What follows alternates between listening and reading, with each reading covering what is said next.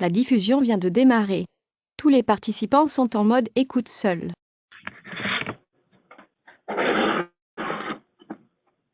Bonjour tout le monde, bienvenue au webinaire sur les méthodologies de priorisation des milieux naturels. Aujourd'hui, on a la chance d'avoir M. Daniel Lachance du ministère du Développement durable, de l'Environnement et de la lutte contre les changements climatiques pour venir nous présenter la cible milieu humide. Juste avant de commencer, je vous demanderais de vous familiariser avec la boîte questions qui se trouve à votre droite dans le menu au centre. Donc, vous pouvez m'indiquer dans cette boîte si vous m'entendez bien et aussi profiter de l'occasion pour nous indiquer combien vous êtes par salle pour des fins de statistiques. J'en profiterai pour vous mentionner que les webinaires sont une série de 7 où nous avons eu la chance d'entendre M. Benoît Jobin et Olivier Pfister depuis le début pour la cible Atlas, la présentation de l'Atlas, la cible milieu forestier et la cible milieu ouvert. Aujourd'hui, c'est la cible milieu humide avec M. Lachance. Et le 27 mars prochain, ça va être la cible cours d'eau avec Marie-Josée Côté, la cible fluviale avec Marc Mengelbier le 10 avril et l'analyse multicritère qui regroupe l'ensemble des cibles avec Mme Louise Gratton le 17 avril prochain. Donc, on vous invite à vous inscrire. Et le rendez-vous de l'Atlas va culminer par un forum au cœur des stratégies de conservation. C'est bien beau d'avoir priorisé nos milieux, mais maintenant, il faut savoir comment les conserver. Donc, le 25 et 26 avril prochain à Nicolet, va se tenir le forum des rendez-vous de l'Atlas avec une foule de formations. Ici, vous voyez un aperçu des formations de 2 heures. Donc, vous aurez vraiment toutes les connaissances, en tout cas, pour aller chercher de plus amples informations par la suite, mais pour vous bâtir une belle expertise là, au niveau de la conservation des milieux naturels. Donc, on va partager l'écran avec M. Daniel Lachance, qui est titulaire. Peut-être juste avant de présenter M. Lachance, je tiens à remercier sincèrement le Réseau des milieux naturels du Québec, le RMN, pour sa collaboration aux présentations des webinaires. Donc, M. Daniel Lachance est titulaire d'un baccalauréat en biologie, d'une maîtrise et d'un doctorat en aménagement du territoire et développement régional. Les travaux réalisés dans le cadre de son doctorat traitent de l'impact de la fragmentation et de l'isolement des tourbières sur leur diversité animale et végétale. Il a travaillé en tant que directeur de projet chez ICOM entre 2006 et 2012, où il a notamment participé à plusieurs études d'impact environnemental. M. Lachance occupe actuellement un emploi à la direction de l'expertise en biodiversité du MDDELCC.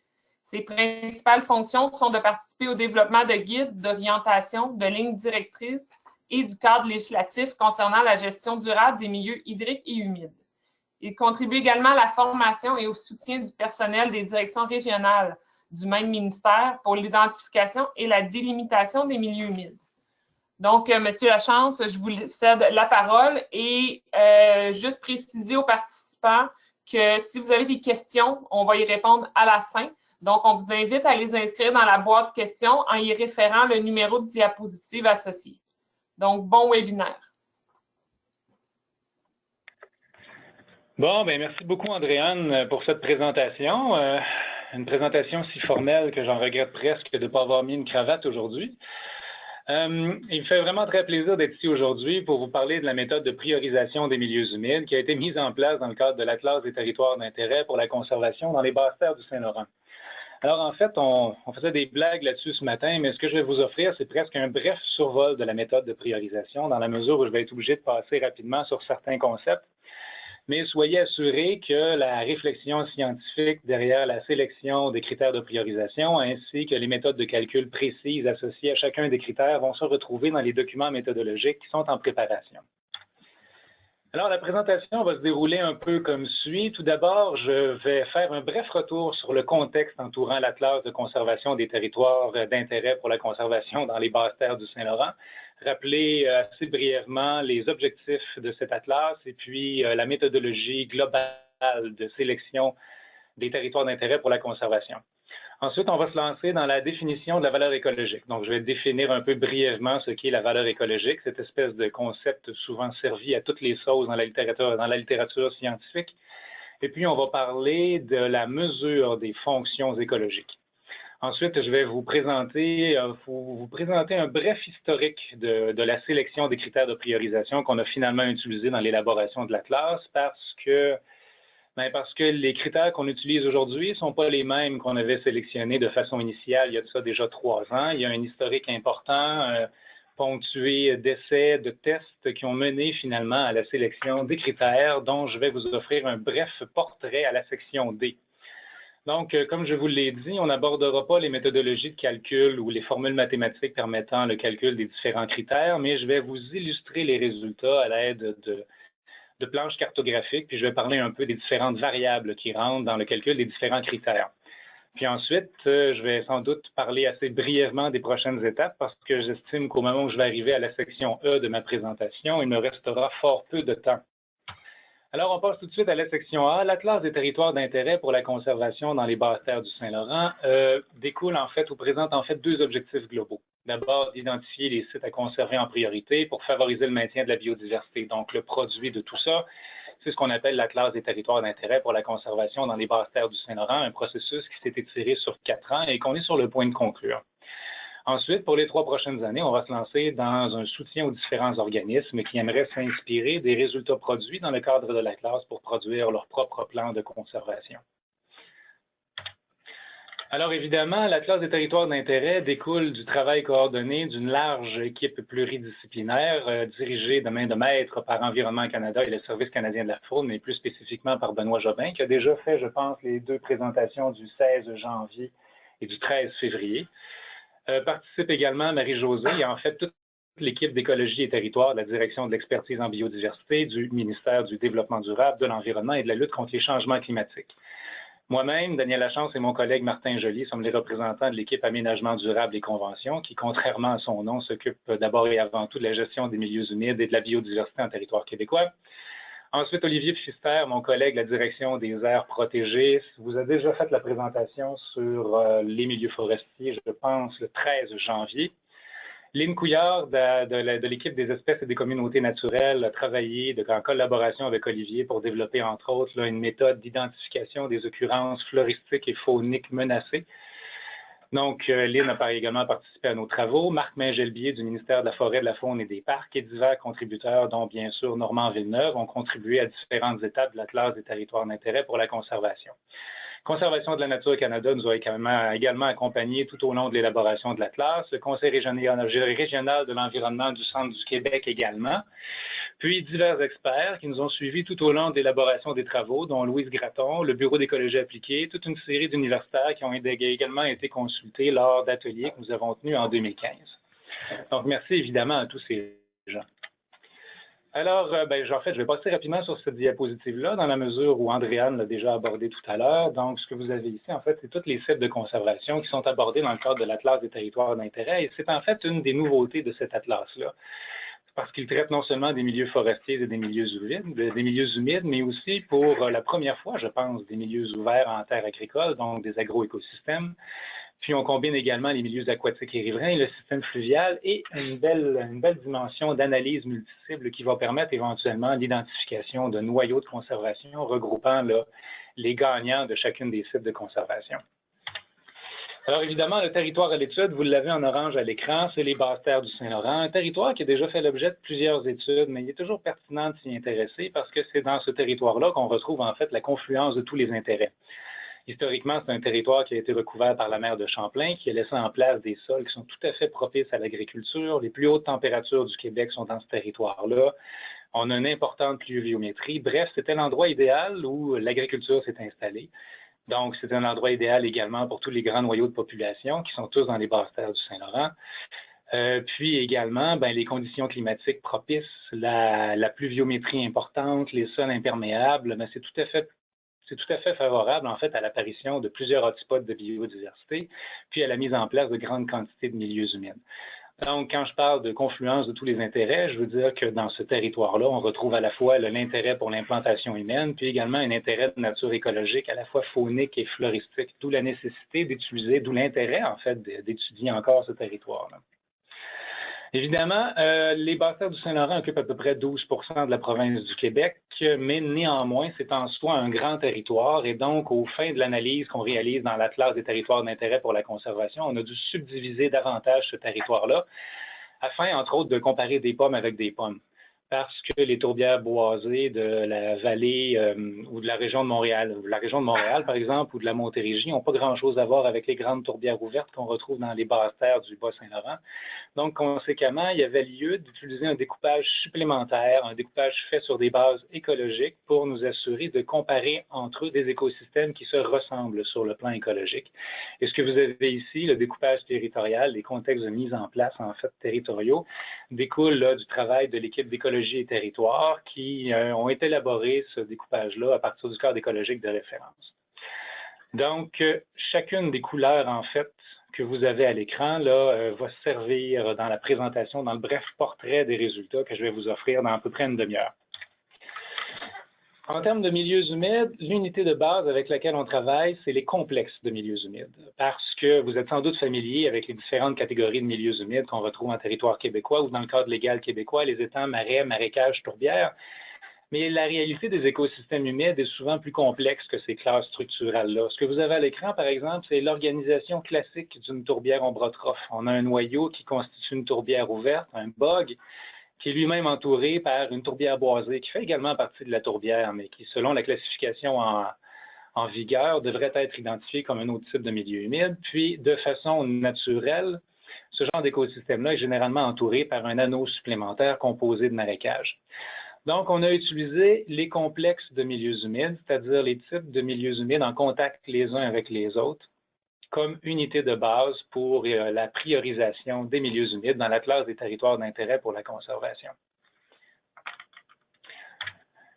Alors, l'objectif de représentativité, mon collègue Benoît Jobin et mon collègue Olivier Pfister vous ont déjà présenté cet objectif qui est de 20 pour chacune des cibles de conservation. Donc, l'idée étant d'identifier dans le cadre de l'Atlas 20 des milieux forestiers, des milieux ouverts, des milieux humides, des milieux aquatiques et riverains qui présentent un grand intérêt pour la conservation. Donc, 20 de superficie de milieux humides, c'est à cette tâche que nous sommes attelés.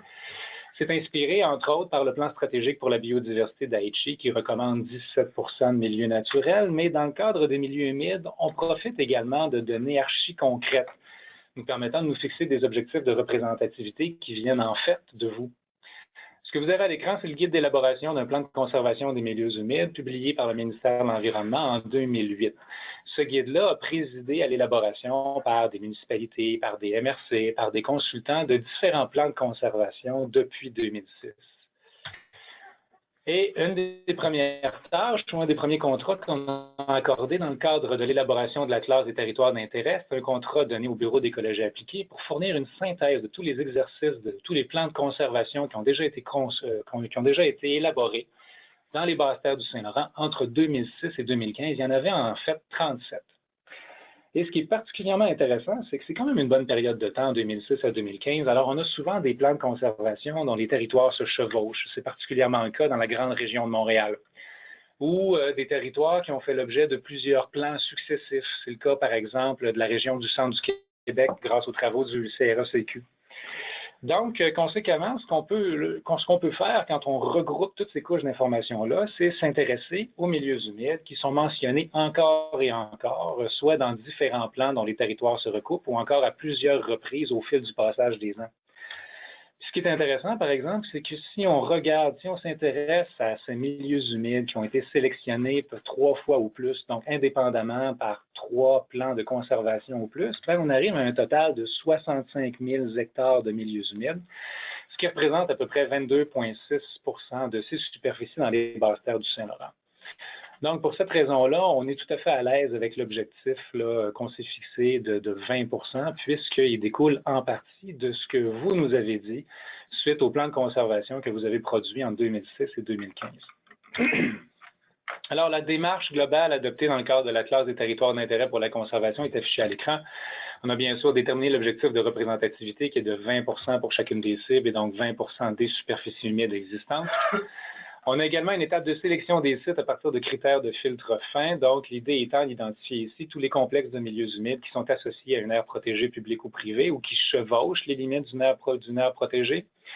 Et d'identifier tous les complexes de milieux humides qui regroupent ou qui chevauchent les limites d'écosystèmes forestiers exceptionnels, d'identifier tous les complexes qui abritent des occurrences floristiques et fauniques à haute valeur de conservation, ou encore de protéger tous les complexes qui constituent des parcelles d'habitat irremplaçables. C'est assez simple, en fait, cette idée-là, donc je ne vais pas m'attarder aujourd'hui sur cette étape-là. Je vais vous parler surtout de ce qui, je pense, vous intéresse le plus aujourd'hui, c'est-à-dire la sélection des complexes de milieux humides à partir des critères de priorisation. Donc, on va parler un peu du processus de sélection de ces critères, puis ensuite, on va vous illustrer brièvement ce que l'application de ces critères-là donne dans les basses terres du Saint-Laurent. Je vais surtout donc me concentrer là-dessus. Je ne vais donc pas vous offrir les cartes finales de sélection des 20 de superficie humide dans les basses terres du Saint-Laurent parce qu'il y a certaines étapes encore qui doivent être franchies. Par exemple, les parcelles d'habitat irremplaçables, ce n'est pas encore tout à fait prêt. On va avoir ça incessamment. Puis, évidemment, mais on va devoir se livrer aussi aux analyses multicibles. Donc, ce qui nous intéresse aujourd'hui, la valeur écologique et la mesure des fonctions écologiques. Alors, c'est quoi la valeur écologique? C'est une expression que beaucoup de scientifiques choisissent d'éviter, en fait, parce qu'il existe toute une série de définitions de ce qu'est la valeur écologique. On en retrouve d'ailleurs plusieurs dans le guide d'élaboration d'un plan de conservation des milieux humides, à un point tel qu'il existe pratiquement autant de définitions de cette expression-là que de chercheurs qui travaillent là-dessus. Alors, quand on parle de valeur écologique, parfois on parle de valeur écologique spécifiquement en termes d'écologie du paysage. C'est à ce moment-là qu'on va s'intéresser à la position de nos complexes de milieux humides dans le paysage. C'est là qu'on va parler d'îles, de corridors, d'hostilité de la matrice à la circulation des populations fauniques. Donc, la valeur écologique est parfois vraiment abordée par l'angle de l'écologie du paysage. Parfois, on en parle aussi en termes de valeur de biodiversité. C'est là qu'on va compter. On va compter les espèces, on va compter les populations, on va compter les communautés, compter les associations végétales, compter les types de milieux humides dans un complexe de milieux humides. C'est là qu'on va tenter de mesurer l'ampleur de la biodiversité. Parfois, quand on parle de valeur écologique, on parle de valeur hydrologique. Spécifiquement dans le cas des milieux humides, c'est là qu'on va parler d'assainissement des eaux, de rétention des éléments nutritifs, de dépôt des sédiments qui traversent les cours d'eau. On va parler de recharge de la nappe phréatique. Parfois, on parle de valeur écologique comme étant une valeur de conservation. C'est là qu'on va parler d'opportunité de conservation, de complémentarité des réseaux. Puis c'est souvent dans la valeur de conservation qu'on va ajouter la valeur sociale, la perception que les citoyens ont de la valeur des milieux humides qui sont situés à proximité. Puis, un petit nouveau qu'on associe parfois à la valeur hydrologique, mais qui est très important pour notre ministère, la valeur en termes de séquestration du carbone. Donc, la valeur écologique, une expression qui peut prendre une variété de définitions. Heureusement, dans la littérature scientifique, on s'entend sur le fait que la valeur écologique se mesure par le spectre des fonctions écologiques. Donc, à défaut de s'entendre sur ce qu'est exactement la valeur écologique, généralement, on s'entend relativement bien sur ce que sont les fonctions. Il existe une abondante littérature scientifique identifiant des critères ou des indicateurs permettant de mesurer ces fonctions. Parfois, certains chercheurs vont travailler davantage sur les processus écologiques. Depuis une dizaine d'années, le thème à la mode, c'est la mesure des services écologiques rendus par les milieux humides. Mais cette littérature-là n'est pas rendue au point où on peut l'utiliser aussi aisément que celle qui traite des fonctions écologiques. Alors, comment on évalue les fonctions écologiques? Bien, quand on commence à creuser la question, on réalise assez rapidement que le problème n'est pas de trouver des critères de priorisation, mais de les choisir de façon intelligente. Il existe tellement de critères de priorisation, tellement d'indicateurs de fonctions écologiques qu'on peut facilement s'y perdre. Donc, ce qu'on veut éviter, c'est, par exemple, de mesurer 4 ou 5 fois le même aspect des fonctions écologiques. On sait, par exemple, dans la littérature que la superficie est liée à la diversité des habitats, qui est liée à la diversité ou à la richesse des populations fauniques, qui peut être liée à toute une série d'éventails, à tout un éventail de facteurs. Donc, on veut s'assurer qu'on ne mesure pas plusieurs fois la même chose. Donc, on a besoin d'un paradigme scientifique ou d'une méthode qui nous permet de sélectionner des critères. Puis, ces méthodes-là existent également en abondance. Il y a plus de 30 méthodes de sélection des critères de priorisation des fonctions écologiques uniquement pour les milieux humides et aux États-Unis seulement. Il y a 5 méthodes qui sont beaucoup plus populaires que les autres. Il y en a une qu'on utilise déjà au Québec depuis 2006, en fait, le jugement professionnel. Alors, le jugement professionnel, évidemment, ça donne souvent un portrait particulièrement intéressant des écosystèmes parce que quand on a affaire à des professionnels d'une grande compétence, on a souvent, là, par l'entremise d'un texte ou d'une information d'une grande précision, on a un portrait assez unique sur les écosystèmes, sur leur dynamique. On a souvent un inventaire écologique d'une grande précision où on voit apparaître des espèces menacées ou vulnérables qui sont particulièrement difficiles à identifier. Donc, évidemment, le jugement professionnel est intéressant, mais tous les professionnels ne s'équivalent pas. Parfois, le jugement professionnel peut présenter une qualité assez variable, mais son principal défaut, c'est surtout la subjectivité. Parce que même si on demande à un expert de se positionner sur la valeur écologique ou sur la fonction écologique d'un milieu humide, puis qu'on lui demande de se positionner sur une échelle de 1 à 5, bien souvent, la différence entre la catégorie 3 et la catégorie 4 est subjective, voire arbitraire. Ça prête le flanc à des contestations, puis des contestations judiciaires aussi. Donc, on peut également s'intéresser à d'autres approches de sélection des critères permettant de mesurer les fonctions écologiques. 4 autres approches populaires aux États-Unis. La procédure d'évaluation des habitats, mais qui est fondée davantage sur la faune. L'évaluation de la qualité floristique repose sur les critères favorisant l'apparition d'espèces végétales de haute valeur de conservation, dans la mesure où nous, on s'intéresse à la mesure des fonctions écologiques de tous les complexes de milieux humides des basses terres. Les 2 premières étapes, les 2 premières approches ne s'appliquent pas pour nous. Ensuite, on a l'intégrité écologique, donc une approche qui est basée sur l'intégrité écologique des communautés naturelles, puis une approche qui est basée, qu'on appelle l'approche hydrogéomorphologique, qui est basée sur les fonctions écologiques, puis qui met beaucoup l'accent sur la mesure des fonctions hydrologiques et biogéochimiques des milieux humides. Ce qui est particulièrement intéressant avec ces 2 méthodes-là, c'est qu'elles offrent des catégories au sein desquelles on doit impérativement choisir des critères de sélection.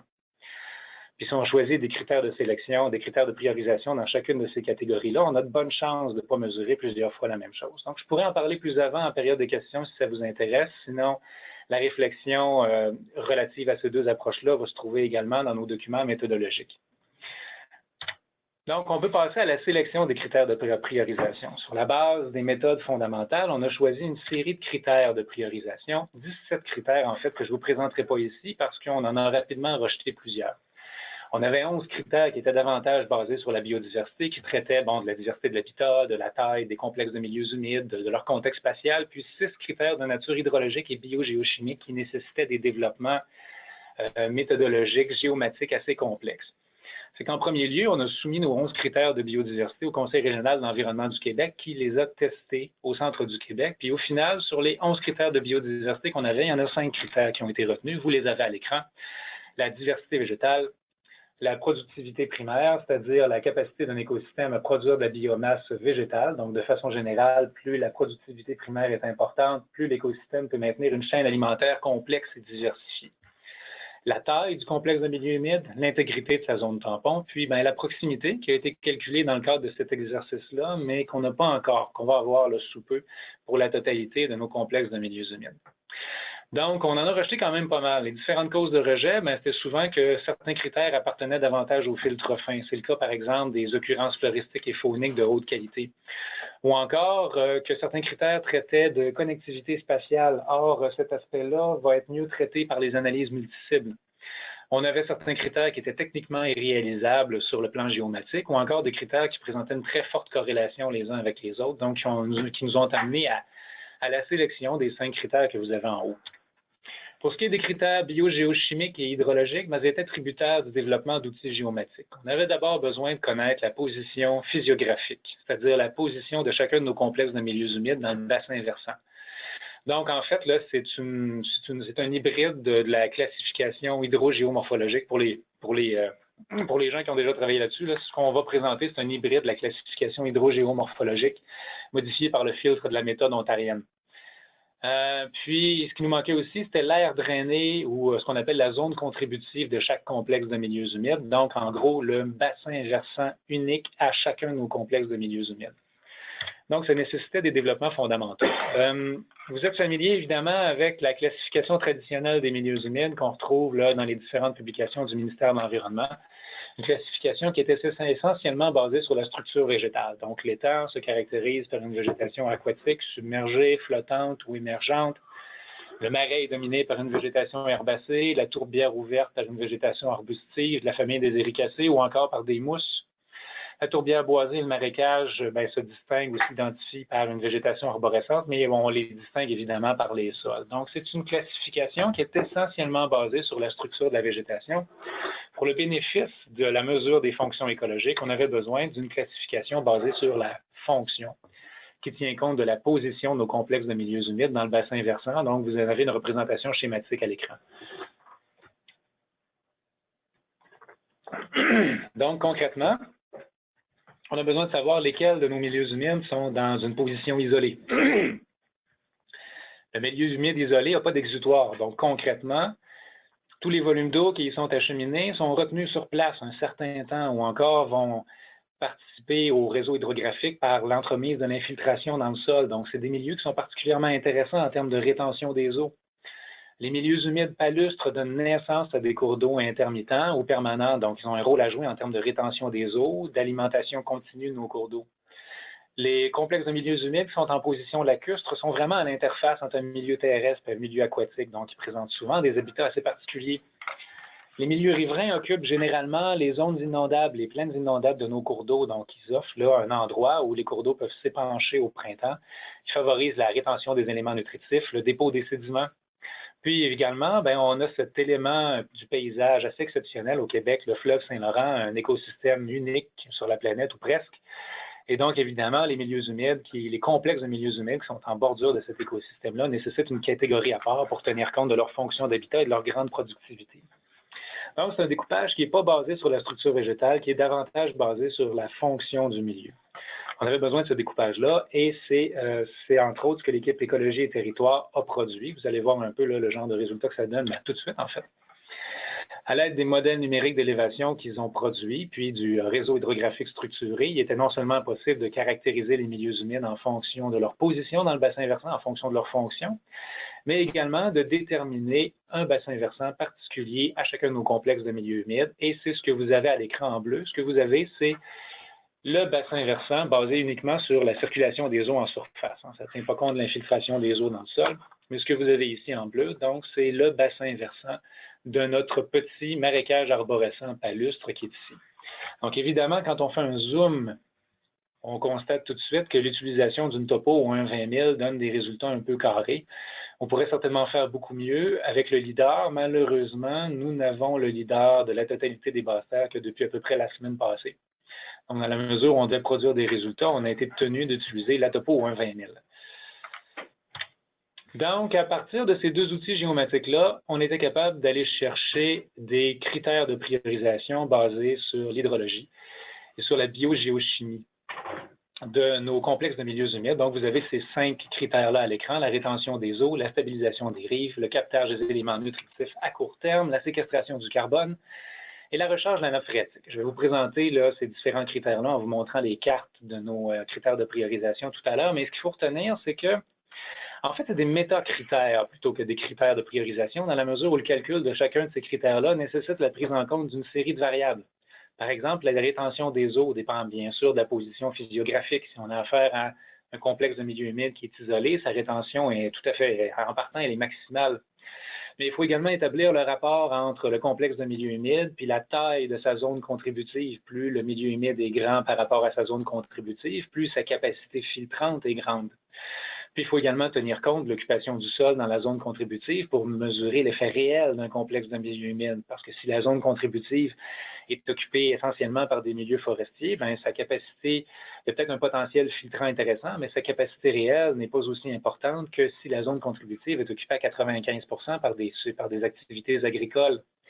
Donc, le critère de rétention des eaux nécessite la prise en compte de toutes ces variables-là.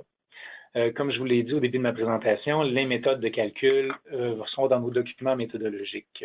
Donc, vous avez les critères sélectionnés, nos critères de biodiversité que je vous ai présentés tout à l'heure, et nos critères biogéo-hydrologiques, les 5 critères que je viens juste de vous présenter sur la diapositive précédente. Et maintenant, on va aller présenter les résultats de nos calculs à l'échelle, bien sûr, des contextes de mise en place régionaux. Donc, l'idée étant qu'on calcule chacun de nos critères de priorisation pour chacun de nos complexes de milieux humides dans des contextes régionaux, puis qu'on standardise ensuite les résultats par contexte régional pour nous assurer de comparer, encore une fois, des écosystèmes qui se ressemblent sur le plan écologique. Donc, quel genre de résultats on obtient quand on procède à cette démarche-là? J'ai choisi ici un point de vue qui est quand même assez central par rapport aux basses terres du Saint-Laurent. Si je montre la totalité des basses terres, on perd le détail, mais à cette échelle-ci, on a quand même une idée globale des résultats, puis on est capable de reconnaître certains écosystèmes là, qui sont connus par beaucoup de gens dans ce territoire-là. Si vous voyez mon curseur, on a la tourbière de la Grande Plaie Bleue qui est ici, on a la tourbière de Villeroy qui est là, la tourbière du Lac Rose qui est ici, on a le complexe de tourbière de la Noret qui est ici, puis on a évidemment là, tous les grands complexes de milieux humides qu'on retrouve autour du lac Saint-Pierre. Donc, ce que vous avez ici, c'est une classification en 5 catégories par bris naturel. Encore une fois, c'est un choix arbitraire de notre part d'utiliser le bris naturel et 5 catégories, mais vous avez donc une classification en 5 catégories par bris naturel pour, dans ce cas-ci, notre critère de priorisation associé à la diversité végétale. Donc, la diversité végétale, bien évidemment, il n'y a pas grand-chose à en dire d'extraordinaire dans la mesure où c'est un des critères les plus utilisés, les plus reconnus dans la littérature. Ici, donc, on a utilisé l'indice de Shannon qu'on a appliqué aux classes structurales présentes au sein d'un même complexe. Donc, par exemple, dans mon complexe de tourbière que je vous ai présenté au début de ma présentation, il y avait 3 classes structurales. Donc, l'utilisation de l'indice de Shannon avec des classes structurales, certains experts peuvent lever un peu lever le sourcil là-dessus parce que travailler à partir de catégories identifiées par photo-interprétation, des fois, ça prête à discussion dans la littérature, mais d'un autre côté, ça a été fait tellement souvent qu'il existe une abondante littérature sur laquelle on peut se baser. Donc, la diversité végétale mesurée par l'abondance relative des classes structurales présentes au sein de chaque complexe. La productivité primaire dont je vous parlais tout à l'heure. Alors, ce qui est intéressant avec la productivité primaire, ben, c'est qu'on a utilisé dans la littérature scientifique, ouais, c'est ça. On a utilisé une littérature scientifique il y a déjà une abondante littérature qui mesure la productivité primaire nette des grandes catégories d'écosystèmes humides qu'on retrouve en territoire québécois et plus globalement au Canada. Donc, on a utilisé des valeurs moyennes de productivité primaire nette pour les étangs, marais, marécages, tourbières ouvertes, tourbières boisées, bogues, faines, etc. Mais on a tempéré cette information-là en utilisant également la position physiographique. Parce que la capacité d'un complexe de milieu humide, à avoir une bonne productivité primaire, ben, ça ne dépend pas juste de la valeur moyenne pour cette classe structurelle-là, mais ça dépend également de l'approvisionnement du milieu en éléments nutritifs et en oxygène. Donc, si on prend par exemple 2 marécages arborescents, on en a un qui est isolé, puis l'autre qui est riverain d'un cours d'eau, bien c'est sûr que le marécage riverain profite d'une alimentation importante en éléments nutritifs et en oxygène qui va booster sa productivité primaire nette par rapport au marécage arborescent qui est isolé. Donc, conséquemment, notre critère de productivité primaire, c'est la productivité primaire nette moyenne pour ce type de milieu humide-là, tempéré ou modulé par la position physiographique. Donc, vous avez une représentation des résultats à l'écran. On a la superficie également, évidemment, à cette échelle-là, la superficie, on ne voit que les grands écosystèmes humides. Donc, on va faire un zoom sur un plus petit secteur pour constater que toutes les variétés toutes les classes de superficie sont présentes. En fait, de tous nos critères de priorisation, la superficie est celle qui présente, dont la distribution de fréquence présente une distribution naturelle. Donc, le critère de superficie, qu'est-ce qu'on peut en dire? Bien, rapidement, en fait, le critère de superficie, c'est sans doute le critère universel le plus reconnu dans la littérature, dans la mesure où il est généralement associé à toutes les fonctions écologiques. On sait, par exemple, que la superficie est associée à plus un écosystème est grand, plus on a une diversité d'habitats, plus on a une diversité d'habitats, plus on a d'espèces qu'on y retrouve. Donc, il y a un lien très fort, généralement, entre la superficie et la diversité végétale et animale. Mais la superficie a également été reliée à toutes les fonctions écologiques qu'on peut imaginer dans le milieu humide. Il existe, par exemple, un lien entre la superficie et la capacité de rétention des eaux des milieux humides. Il existe un lien entre la superficie et la capacité filtrante des milieux humides. Donc, c'était C'était un critère dont on doutait beaucoup lorsqu'on a commencé à le calculer, puis au final, je vous montrerai l'étape de corrélation à la fin de la présentation, mais au final, ce critère-là est tout à fait utilisable parce qu'il n'est pas fortement corrélé à aucun de nos autres critères. Donc, on l'utilise ici. L'intégrité de la bande tampon. Encore une fois, c'est un critère un peu universel. L'intégrité de la bande tampon peut être liée à la fois à la biodiversité qu'on retrouve au sein du milieu humide. Elle est souvent liée à la capacité, c'est-à-dire une bande tampon largement naturelle favorise généralement la circulation des espèces animales dans le paysage. Une large bande tampon favorise la séquestration, l'interception des éléments nutritifs lorsque, par exemple, on a affaire à un milieu humide qui est riverain. Donc, on a utilisé ici l'intégrité de la bande tampon dans une bande de 200 mètres autour de chaque complexe. 200 mètres parce qu'on a voulu avoir une valeur conservatrice. Quand on regarde la littérature scientifique, autant la littérature scientifique s'intéresse à la largeur recommandée des bandes tampons pour favoriser la biodiversité, que la littérature scientifique s'intéresse à la largeur des bandes tampons pour assurer une rétention des sédiments, des éléments nutritifs. 200 mètres, c'est une valeur relativement conservatrice. Ça permet généralement, avec une bande de 200 mètres, à la fois d'assurer une fonction hydrologique, une fonction de biodiversité. Donc ici, on a utilisé l'intégrité de la bande tampon dans un rayon de 200 mètres autour de chacun des complexes. La rétention des eaux. La rétention des eaux, le premier critère hydrologique dont je vous présente une carte. Ah oui, ça c'est bien. Alors, dans notre recherche d'un critère de priorisation des milieux humides basé sur la rétention des eaux, on a travaillé très fort pour éviter ce fameux lieu commun des tourbières. Les tourbières comme des éponges naturelles qui se gorgent d'eau au printemps lors de la fonte des neiges et qui ensuite vont laisser cette eau-là se diffuser dans nos réseaux hydrographiques en période d'étiage. C'est un mythe. Au vu de la littérature scientifique, c'est un mythe qui a la vie dure. Mais ce qu'on sait depuis déjà un certain temps, c'est qu'en fait, ce rôle d'éponge-là doit être tempéré. Hein. Il est pas, il se manifeste pas au printemps essentiellement parce que notre éponge organique, notre tourbière organique est déjà remplie d'eau de toute façon. Puis lors de la fonte des neiges, la surface est gelée. Fait que l'eau va circuler en surface au lieu d'être captée par notre éponge. Fait que conséquemment, ce lieu commun-là, on a travaillé très fort pour y échapper. L'épaisseur du dépôt organique ne rentre pas dans le calcul de rétention des eaux. Mais étrangement, quand on regarde la carte, l'illustration des résultats que vous avez à l'écran, on constate que ça fait ressortir à peu près toutes les tourbières. Vous avez, je vous le rappelle, la tourbière de la Grande Plaie Bleue qui est ici, la tourbière de Villeroy qui est là, la tourbière du lac Rose, une portion importante du complexe de tourbières de la Norelle, le lac à la Tortue, c'est celle-là ici. Hein? Oui, c'est ça, au nord. Donc, ça fait ressortir malgré tout toutes les tourbières, principalement à cause de leur position physiographique. Il y a beaucoup de tourbières qui sont dans une position isolée ou palustre, donc ce qui booste leur facteur de rétention des eaux. Les tourbières, par définition, les tourbières ombrotrophes sont des écosystèmes qui sont alimentés en eau que par les précipitations. Donc, ce que ça implique par la bande, c'est que les tourbières ont souvent une zone contributive relativement petite. Autrement, ils seraient alimentés en eau par la circulation des eaux de surface. Donc, les tourbières, par leur position dans le bassin versant, par la taille de leur zone contributive, en viennent malgré tout à scorer beaucoup en termes de rétention des eaux, même si on ne tient pas compte de l'épaisseur du dépôt organique, ce qui, au final, est un résultat intéressant, parce que même si la tourbière est gelée au printemps, même si elle n'a pas cette capacité d'absorber de l'eau comme une éponge, il reste néanmoins que l'eau qui circule en surface subit beaucoup d'obstacles. Les tourbières présentent une microtopographie généralement importante, diverses strates de végétation qui vont ralentir l'eau, ralentir son écoulement dans le bassin versant au même titre que pour un marais ou un marécage. Fait qu'au final, ce score-là de rétention des eaux qui allume beaucoup de tourbières sur notre cartographie est un résultat qui est somme toute assez intéressant. La stabilisation des rives, bon, ça c'est un peu l'inverse de l'effet tourbière. Il faut comprendre que les tourbières représentent à peu près 85% des milieux humides qu'on a dans les basses terres.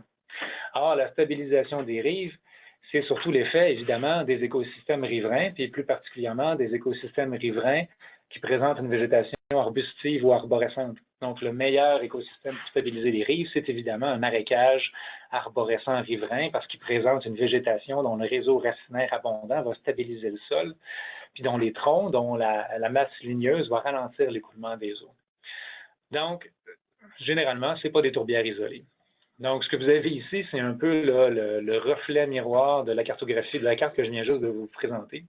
On mesure la stabilisation des rives par la position physiographique, évidemment. Pour avoir une rive, on a besoin que l'écosystème soit riverain. Puis également à l'aide de la classe structurale. La classe structurale, donc, qui va déterminer si on a affaire à une végétation qui va s'opposer beaucoup au passage de l'eau ou pas. Donc, voilà pour la stabilisation des rives. La recharge de la nappe. La recharge de la nappe, c'est un critère de priorisation qui est jugé très important par tout le monde, mais qui fait vraiment pas l'objet d'un consensus dans la littérature scientifique. Tout le monde s'entend que c'est important pour assurer la recharge de la nappe. C'est important pour l'alimentation humaine. C'est important aussi parce qu'un écosystème qui va recharger la nappe, cette nappe-là n'est pas stagnante. La plupart du temps, elle circule. Elle va éventuellement se ramasser dans un cours d'eau. Donc, la capacité d'un milieu humide à recharger la nappe phréatique, ça assure un certain écoulement minimal moyen dans les cours d'eau du bassin versant. Donc, tout le monde s'entend sur le fait que c'est un critère de priorisation important, mais c'est particulièrement difficile de le caractériser parce qu'il faut aller caractériser ce qui se passe dans le sol, aller caractériser l'écoulement des eaux. Et ça nécessite souvent là, la participation d'hydrogéologues, puis l'utilisation de matériel spécialisé.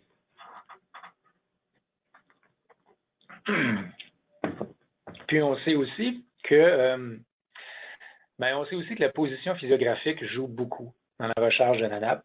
Il y a certains papiers, par exemple, qui ont étudié des marécages riverains pour établir c'est quoi la proportion des volumes d'eau qui traversaient ces marécages-là, qui s'en allaient dans la nappe, versus ceux qui s'en allaient dans le cours d'eau adjacent. Puis en fait, ce qui s'en allait dans la nappe, c'était à peu près zéro. Et conséquemment, on sait que la position physiographique est importante. On a des cues qui nous permettent là, de calculer l'indicateur de priorisation, le critère de priorisation de la recharge de la nappe. Mais les méthodes diffèrent dans la littérature scientifique. Donc ici, on s'est basé sur la position physiographique et sur le rapport périmètre-superficie. Le rapport périmètre-superficie, c'est imparfait. Ce qu'on devrait surtout utiliser, c'est le rapport périmètre-volume d'eau entreposé dans le milieu humide, mais c'est une information qu'on n'a pas pour la totalité de nos complexes de milieux humides dans les basses terres. Fait qu'on s'est rabattu là-dessus, puis au final, les résultats sont satisfaisants parce qu'on sait, dans la littérature, qu'il y a un très petit nombre de milieux humides qui ont un très grand rôle à jouer en termes de recharge de la nappe, puis il y a un grand paquet de milieux humides qui n'ont aucune fonction de recharge de nappe. Et quand on regarde la distribution de fréquence de nos données, c'est à peu près ce qu'on observe. On a quelques milieux humides qui scorent beaucoup, puis une majorité de milieux humides là, qui scorent peu. Fait qu'au final, ces résultats-là sont intéressants. Le captage à court terme. On appelle ça le captage à court terme parce que ce qu'on essaie de mesurer ici, c'est la fonction d'assainissement des eaux de nos complexes de milieux humides. Or, la fonction d'assainissement des eaux, il faut choisir notre période. Quand est-ce qu'on veut assainir les eaux? L'idéal, c'est de les assainir, évidemment, durant la saison végétative. Donc, ce qu'on veut mesurer, c'est la capacité de nos complexes de milieux humides à capter rapidement des éléments nutritifs, à stabiliser rapidement beaucoup de sédiments, quitte à libérer tous ces éléments nutritifs-là à l'automne lors de la décomposition. Donc, c'est pour ça qu'on appelle ça le captage à court terme. L'idée, c'est de mesurer l'influence des milieux humides à capter, à absorber rapidement les éléments nutritifs au printemps, de sorte qu'on minimise les problèmes d'eutrophisation de nos cours d'eau, de nos plans d'eau durant le reste de la saison végétative. Donc, ce qui va scorer beaucoup dans le captage à court terme, c'est évidemment des marais en position riveraine. Donc, une végétation à croissance rapide dans des complexes de milieux humides qui sont traversés par des cours d'eau permanents. Bon, on sait très bien ensuite qu'à l'automne, cette végétation-là, annuelle, va se décomposer, mais la saison végétative est passée à ce moment-là. C'est pour ça qu'on appelle ça le captage à court terme. Donc, on utilise pour évaluer le captage à court terme la position physiographique, évidemment, la classe structurale, donc de la végétation à croissance rapide, puis l'occupation de la zone contributive pour mesurer la capacité réelle du milieu à capter des éléments nutritifs. Donc, le captage à court terme, on n'en voit pas beaucoup sur ce point de vue-là, mais si on change le zoom, qu'on s'en va davantage dans la région montréalaise, on a une meilleure distribution là, de nos milieux humides en fonction de leur capacité à capter rapidement des éléments nutritifs.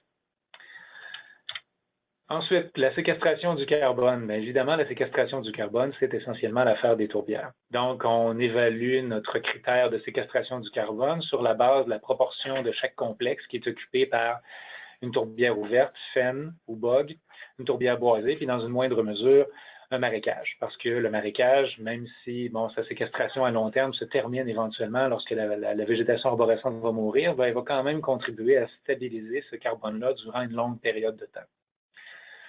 Donc voilà, c'était un bref survol, un bref portrait des 10 critères de priorisation des milieux humides qu'on a élaborés dans le cadre de la classe des territoires d'intérêt pour la conservation. En fait, de 9, puisque je ne vous ai pas présenté la proximité. Donc, je vous l'ai promis, vous l'aviez demandé à mon collègue Olivier Pfister, vous avez ici la table des corrélations.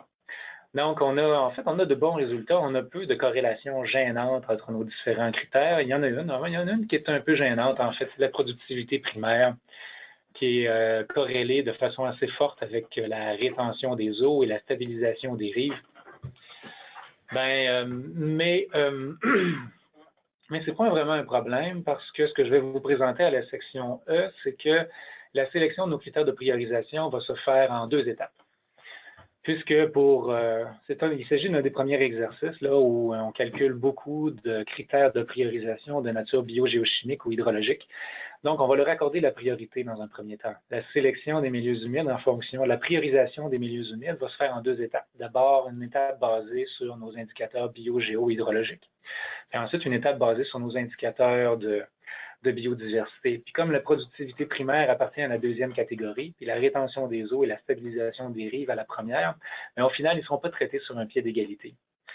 C'est qu'on a choisi quand même d'utiliser la productivité primaire malgré sa forte corrélation avec la stabilisation des rives, puis sa forte corrélation inverse avec la rétention des eaux.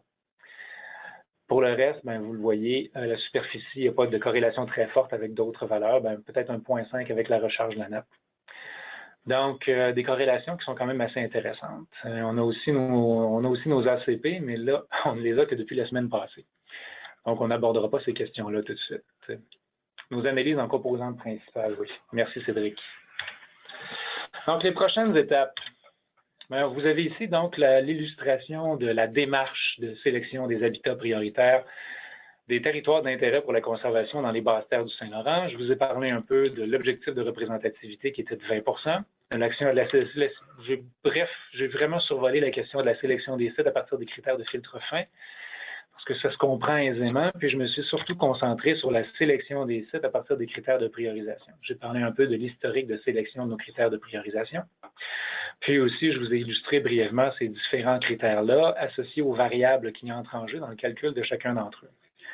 Alors, ce qui reste à venir, c'est de compléter évidemment la sélection des milieux humides d'intérêt pour la conservation. Donc, je vous l'ai dit, on a l'intention de faire ça en 2 étapes. On va d'abord effectuer une première priorisation sur la base des indicateurs hydrologiques et biogéochimiques jusqu'à l'atteinte d'un seuil de 6 par bassin versant d'ordre 2. C'est un seuil qu'on retrouve dans la littérature. Il n'y a quand même pas énormément de résultats qui confirment le seuil d'un site, qui nous disent qu'on a besoin de 6 de milieux humides par bassin versant, mais ces articles sont là. Puis, l'équipe d'écologie et territoire aussi a sorti des statistiques intéressantes qu'on va sans doute leur mettre dans notre document méthodologique. Mais il semble que passer un seuil de 5 ou de 6 dans un bassin versant, on a une transformation complète des communautés épibenthiques. Fait que ça semble être un seuil fonctionnel. Fait qu'on va l'utiliser en premier lieu, puis ensuite, on va compléter le portrait en faisant une priorisation sur la base des indicateurs de biodiversité jusqu'à l'atteinte de notre seuil de 20 qui est l'objectif de la classe des territoires d'intérêt pour la conservation. Puis éventuellement, on va vraiment travailler fort dans les prochaines semaines, on va aussi intégrer ces résultats-là à tous les autres objectifs, à toutes les autres cibles de conservation afin de produire des analyses multicibles. Donc, d'identifier des hotspots, des noyaux de conservation. On va vous présenter bien sûr cette méthodologie-là et sans doute des résultats au webinaire du 17 avril. Donc, je vous rappelle que les objectifs du projet étaient de produire la classe des territoires d'intérêt pour la conservation. On va terminer ça cette année. Puis ensuite, de soutenir les organismes et puis de leur offrir des stratégies de mise en œuvre. Donc, parmi les produits qui vont être offerts, on va avoir bien sûr la cartographie détaillée de l'occupation des sols produite par Environnement Canada, les données géospatiales de nos sites prioritaires, nos documents méthodologiques permettant le calcul de nos critères de priorisation. Puis, on va offrir également un programme de suivi de l'état des écosystèmes, mais ça, je me tais parce que Benoît Jobin vous a déjà présenté ça dans le cadre de son webinaire du 16 janvier. Donc, évidemment, je remercie les dizaines de collaborateurs et d'experts qui ont participé à la classe des territoires d'intérêt jusqu'à maintenant, dont vous avez une série de logos ici, là, sur la diapositive. Fait que maintenant, on va passer aux questions et aux commentaires. Oui, donc, on va procéder aux premières questions qui ont été écrites. J'invite juste à mentionner aux gens, avant que j'oublie, que le webinaire est enregistré et qu'il va être disponible dans les prochains jours, donc soyez patients, là, il ne sera pas disponible tout de suite après, ainsi que la présentation le PDF de Daniel. Donc, si on procède aux questions, on parle dans la première question, au niveau de ton objectif de représentativité de 20 on demande pourquoi vous n'avez pas utilisé un objectif plus de représentativité de recouvrement de territoire au lieu de 20 de milieu humide. Pourquoi pas avoir 20 par exemple, de milieu humide en lien avec la superficie du territoire, comme le 17 d'Aichi qui est vraiment en lien avec le recouvrement? Oui.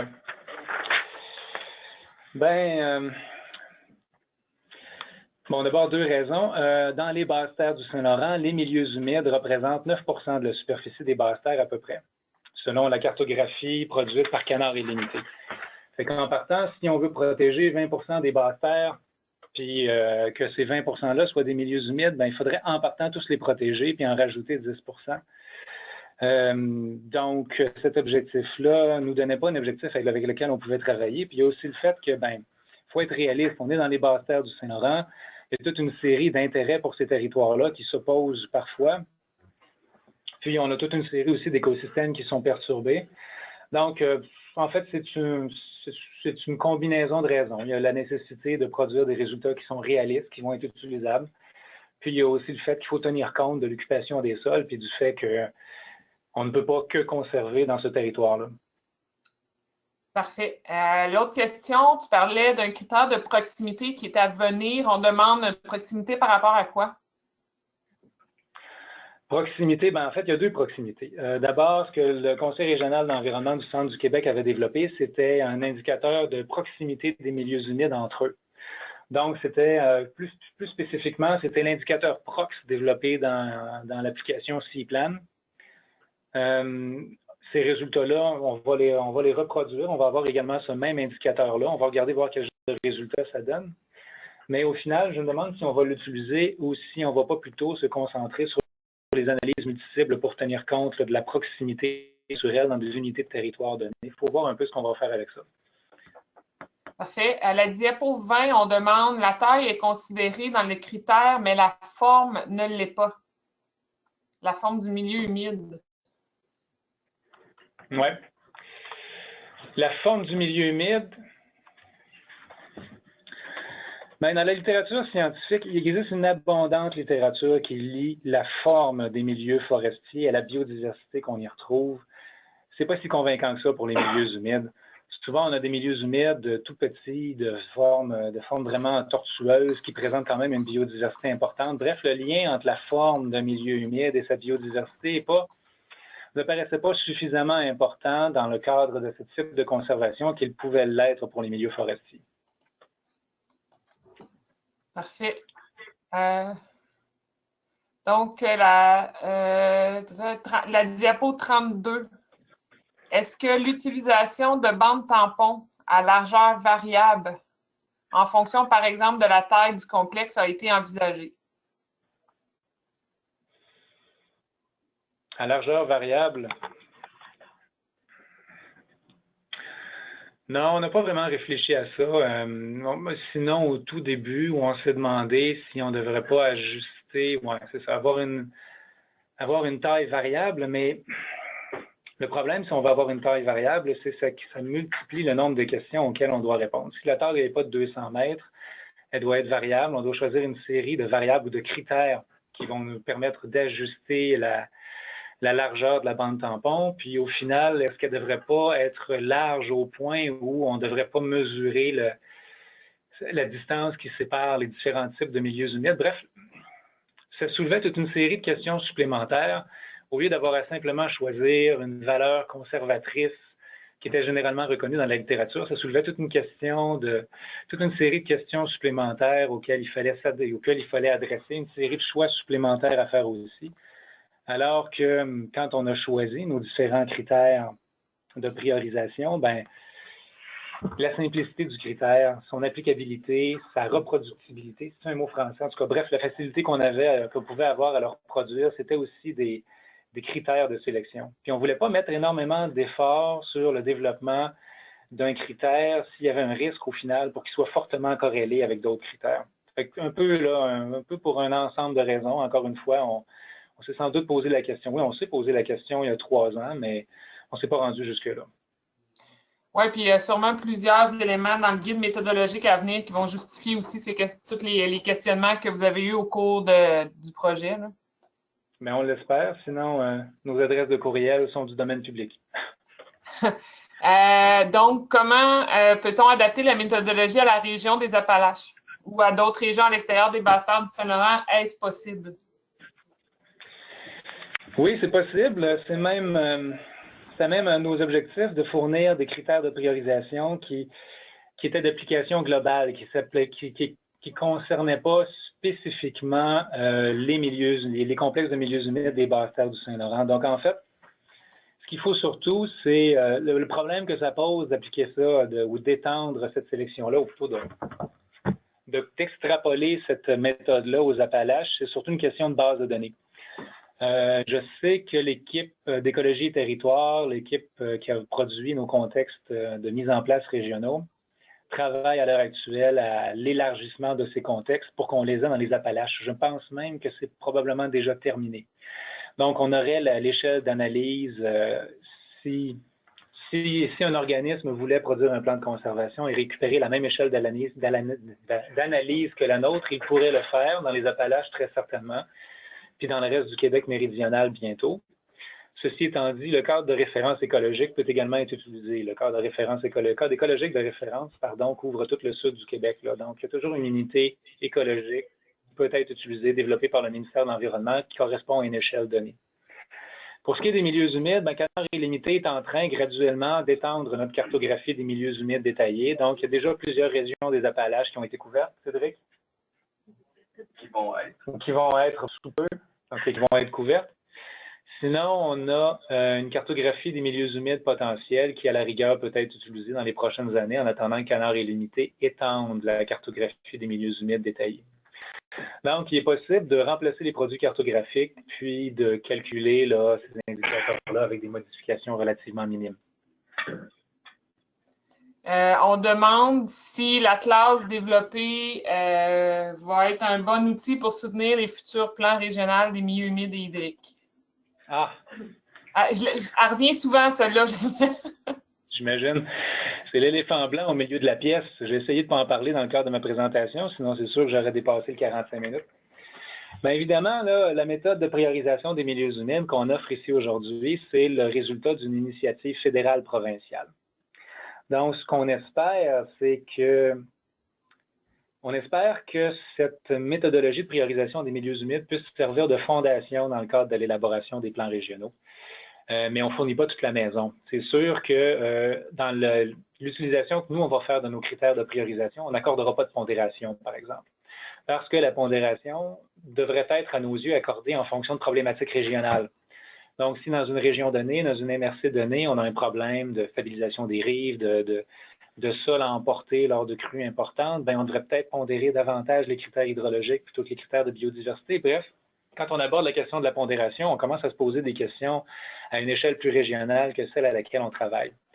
Donc, on offre une fondation, on espère que ça va servir, on va offrir évidemment un accompagnement, mais c'est sûr qu'il y a des questions régionales qui doivent être abordées. En gros, pour utiliser une analogie, ce qu'on offre, c'est une recette de sauce à spaghetti. Ouais. Puis, si vous voulez plus de pâte de tomate, vous êtes libre d'en rajouter. Si vous n'aimez pas mes olives vertes, vous êtes libre de les enlever aussi. L'objectif étant qu'à la fin, tout le monde ait une sauce à spaghetti. Puis, ça répond à la question? Ça répond très bien. En parlant d'ingrédients, on demande si le LIDAR va changer beaucoup la délimitation des milieux humides. À ta connaissance, est-ce que ça va amener vraiment une modification majeure? Dans certains territoires, ça va vraiment amener une modification majeure, particulièrement dans les basses-terres où le territoire est relativement plat. Je pense que c'est assez ironique. Je pense que ça marcherait mieux, en fait, dans les Appalaches en utilisant la topographie au 1/20 000 parce que comme le territoire est plus accidenté, c'est plus facile d'identifier des zones contributives. Alors qu'à l'inverse, dans les basses-terres, nos zones... On a fait des zones contributives, tests dans certains secteurs, puis ça change beaucoup les zones contributives, particulièrement dans les basses-terres.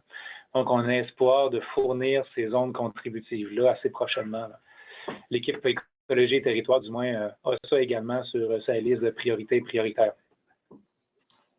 On demande si la distinction entre tourbière ouverte, tourbière boisée, bog, fen, marécage arbustif, arboré, riche pauvre, c'est des choses qui ont été considérées dans le cadre des analyses. On a utilisé toutes les catégories qu'on retrouvait à la cartographie détaillée des milieux humides de Canard illimité. Donc, on a l'étang, on a